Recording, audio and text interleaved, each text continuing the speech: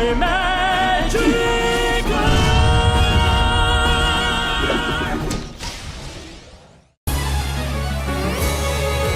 Bonjour mes très chers Magikarp, today on se retrouve pour un nouveau, enfin je ne dirais pas concept parce que je n'ai pas inventé ce genre de vidéo.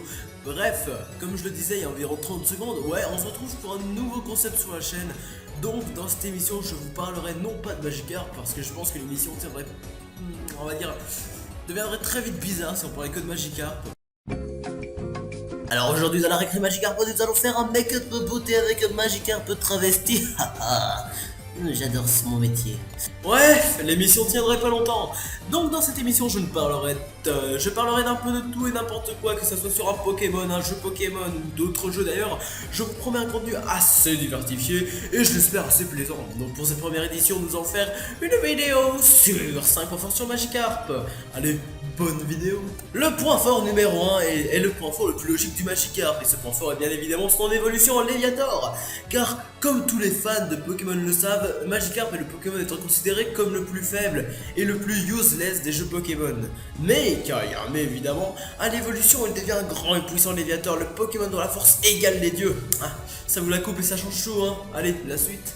Point fort numéro 2, le Magikarp est le seul Pokémon que vous pouvez attraper au niveau 100.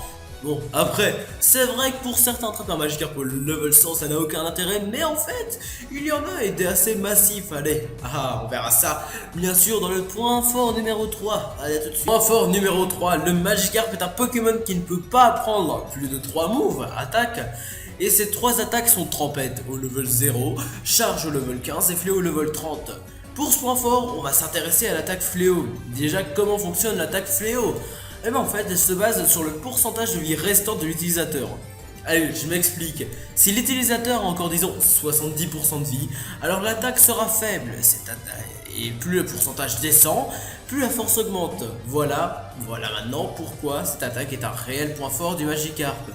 Bon, pour ceux qui n'y auraient pas réfléchi, pour ceux qui ne comprendront toujours pas pourquoi je dis ça, réfléchissons-y un petit peu.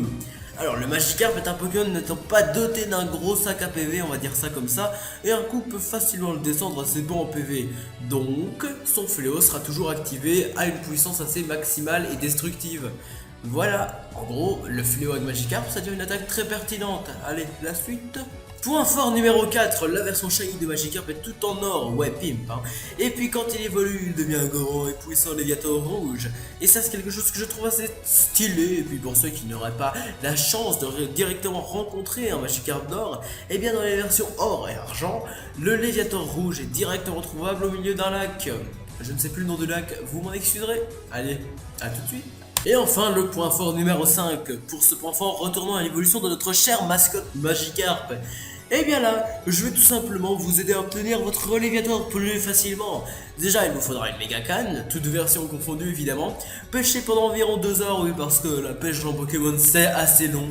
Et puis là pêcher un bon gros Magikarp avec la méga canne, vous devrez tomber sur un niveau 15 et là un petit peu de farm et bim bois, évolution.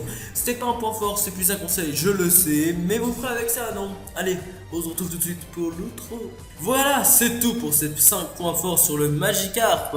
C'est le début, donc la qualité n'a pas été excellente, mais je l'espère quand même que ça vous a plu et que vous suivrez l'avancée de l'émission. Donc alors pour la prochaine récré, je vous laisse deux choix. Soit nous aborderons l'avant-ville et tous ses mystères, ou soit nous consacrerons une vidéo pour les champions de toutes les arènes de la première génération, Ligue y compris évidemment. Allez, bonne journée ou bonne soirée hein. Allez mes Magikarp, on se dit au revoir.